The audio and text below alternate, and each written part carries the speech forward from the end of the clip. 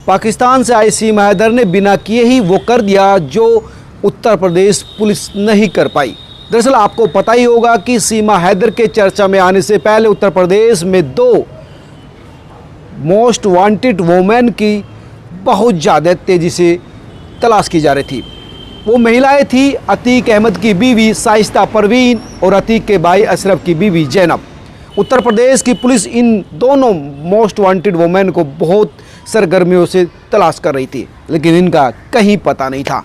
लेकिन सीमा हैदर की वजह से पुलिस इनकी तलाश में काफ़ी कुछ कलेक्ट कर चुकी है, उनके नज़दीक पहुंच चुकी है। दरअसल हुआ यूं कि दोस्तों, शाइस्ता परवीन और जैनब अपने वो एसेट्स बेचने की कोशिश कर रही है, उन संपत्तियों को बेचने की कोशिश कर रही है जो बेनामी थी। बेनामी यानी इनके परिवार के नाम वो संपत्ति नहीं थी। अतीक अहमद और उसके गैंग ने दूसरों के नाम से संपत्ति खरीद रखी थी।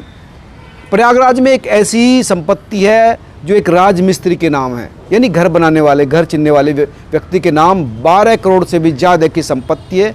25,000 वर्ग फुट का जो एरिया है उसको बेचने की तलाश में शाइस्ता परवीन और जैनब थी, और वो कई लोगों से मिल रही थी, बात कर रही थी। लेकिन उत्तर प्रदेश का ना तो कोई बिल्डर, ना कोई माफिया और ना ही कोई सफ़ेद पोश अतीक अहमद की इन बेनामी संपत्तियों को खरीदने के लिए तैयार हुआ, क्योंकि योगी सरकार का खौफ बहुत तकड़ा है। उनको लगता था कि अगर ये ज़मीन खरीद भी ली और सरकार को पता भी चल गया तो ऐसा ना हो कि बुलडोजर चल जाए और ये ज़मीन वापस जाए, पैसा डूब जाए।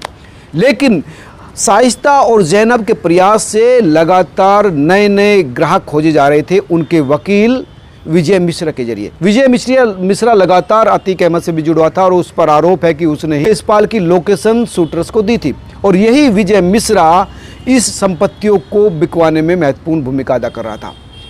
जैनब के साथ विजय मिश्रा लखनऊ के होटल हयात में रुका था, क्योंकि यहाँ पर उसकी मीटिंग होनी थी नेपाल के एक बड़े माफिया डॉन के साथ। दरअसल ये उत्तर प्रदेश का है माफिया, लेकिन रह रहा है नेपाल में। जब उत्तर प्रदेश से कोई भी संपत्ति खरीदने के लिए तैयार नहीं हुआ तो फिर नेपाल में रह रहे इस माफिया से बातचीत हुई, और इस माफिया ने जो बातचीत की वो तैयार हो गया। दरअसल विजय मिश्रा ने व्हाट्सएप के जरिए संपत्ति के वीडियो, फ़ोटो और डॉक्यूमेंट्स भी इस माफिया को भेज दिए थे। माफिया सेटिस्फाई हो गया, लेकिन उसने इस शर्त रखी कि वो संपत्ति खरीदने से पहले विजय मिश्रा जैनब या शाइस्ता से मिलना चाहता है। इस बात को लेकर दोनों सहमत भी हो गए, और फिर सहमति बनी कि आप लखनऊ आ जाइए। लखनऊ में वो जैनब से मिलवाएगा, खुद भी होगा और तमाम चीज़ें फाइनल हो जाएगी।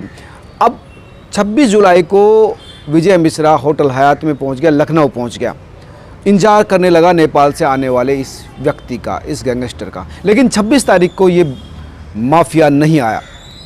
अगले दिन की डेट रखी गई, 27 को भी नहीं आया, 28 को भी नहीं आया। जब नहीं आया तो उससे पूछा गया कि भैया ऐसा क्या, आज नहीं कल नहीं परसों का मामला कब तक चलेगा? तो उसने बताया कि दरअसल वो नेपाल से भारत आ ही नहीं पा रहा, क्योंकि जब से सीमा पाकिस्तान से आई है उसके बाद से सीमा पर यानी बॉर्डर पर चौकसी बहुत ज़्यादा बढ़ा दी गई। एसएसबी यानी जो भारत की जो फोर्स वहाँ पर तैनाती रहती वो, और लोकल पुलिस बहुत ज़्यादा चौकसी कर रही है, छानबीन कर रही है, इसलिए उसका भारत आना संभव नहीं हुआ।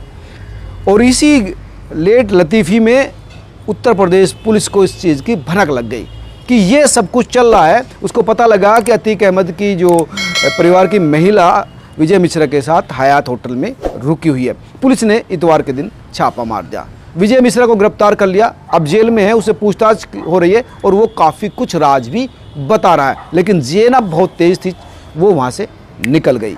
लेकिन जो पुलिस पूछताछ में खुलासा हुआ कि लगातार शाइस्ता और जैनब से विजय मिश्रा की बातचीत होती रहती थी, तमाम तरह के कम्युनिकेशन होते रहते थे, और ये जो बेनामी संपत्ति है इन दोनों को तो पता ही था। इसके साथ उमर और अली जो इस समय जेल में बंद है, अतीक अहमद के बेटे, उनको भी पता। और उमर से तो विजय मिश्रा ने जेल में जाकर मुलाकात भी की थी, और इस जो संपत्ति बिकवाई जा रही थी इसमें भी काफ़ी मोटा कट जो है विजय मिश्रा को मिलना था। और इतना ही नहीं, दरअसल अली और उमर जो 2 बेटे हैं, जो महत्वपूर्ण स्तंभ थे अतीक अहमद गैंग के, इस समय जेल में, उनको बाहर निकलवाने के लिए भी पैसे की ज़रूरत है। और शाइस्ता और जैनब को देश से फरार होने के लिए भी पैसे की ज़रूरत है। इसलिए वो संपत्ति बेच रहे अपने बेटों की जो पैरवी के लिए, गैंग को खड़ा करने के लिए। और दोनों दौरानी और जेठानी इस वक्त भारत से बाहर जाना चाहती हैं, देश को छोड़ना चाहती है, इसके लिए भी पैसे की ज़रूरत है और इसलिए वो लगातार इन संपत्तियों को बेचने की कोशिश कर रही है। और इसी वजह से जो है ये संपत्ति 2015 में जो घोसपुर का जो कट हुआ जो इलाका है वहाँ पर एक संपत्ति खरीदी गई थी, उसको बेचने की तैयारी कर रही थी, लेकिन पुलिस को पता चल गया और इसको गिरफ्तार कर लिया। जो पुलिस पूछताछ में विजय मिश्रा ने बताया कि लगातार ये लोग इनसे मिल रहे थे, शाइस्ता और जैनब से, और ये लखनऊ के आसपास ही है।